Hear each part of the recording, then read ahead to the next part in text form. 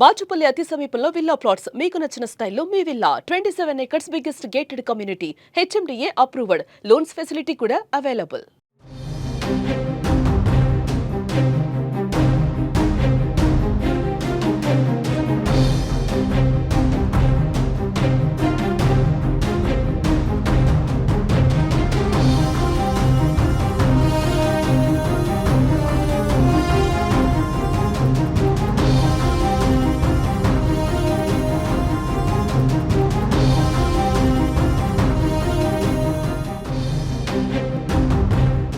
హైదరాబాదులో మరో దారుణ ఘటన వెలుగు చూసింది. అనారోగ్యంతో బాధపడుతున్న తన 3 ఏళ్ల కుమారుడిని ఓ తండ్రి దారుణంగా హత్య చేసిన ఘటన ఆలస్యంగా వెలుగులోకి వచ్చింది.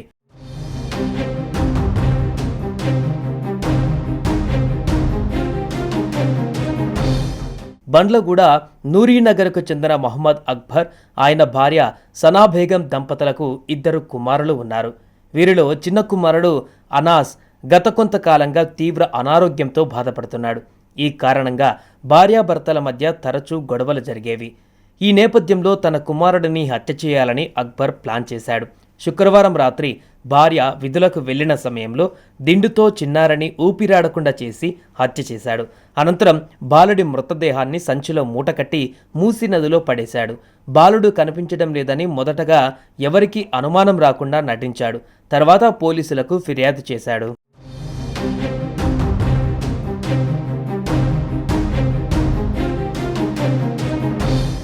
అయితే తండ్రిని గమనించిన పోలీసులు అతడిపై అనుమానంతో గట్టిగా ఆరా తీయగా అసలు విషయం బయటపడింది. చివరకు తానే కుమారుడిని హత్య చేసినట్టుగా తండ్రి అంగీకరించాడు. ఈ ఘటన స్థానికులను కలిచివేసింది. కేసు నమోదు చేసిన పోలీసులు మహమ్మద్ అక్బర్ను అదుపులోకి తీసుకున్నారు. బాలుడి మృతదేహం కోసం రక్షణ బలగాలు మూసీలో గాలింపు చర్యలు చేపట్టాయి.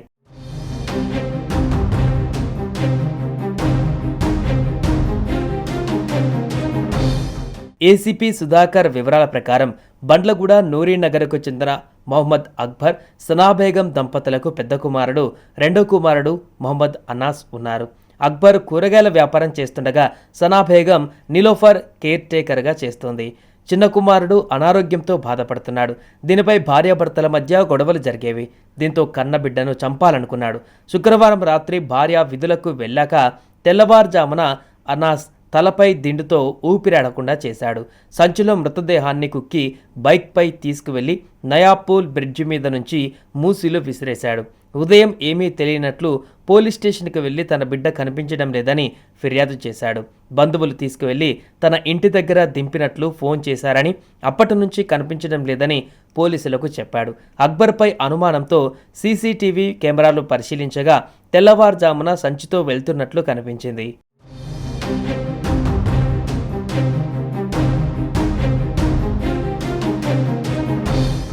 అక్బర్పై అనుమానంతో ఫోన్ పరిశీలించగా ఎలాంటి కాల్స్ రాలేదు. ఇంటి సమీపంలోని సీసీ కెమెరాలు పరిశీలించగా తెల్లవారుజామున సంచితో వెళుతున్నట్లు కనిపించింది. గట్టిగా ప్రశ్నించగా నేరం అంగీకరించాడు. పోలీసులు కేసు నమోదు చేశారు.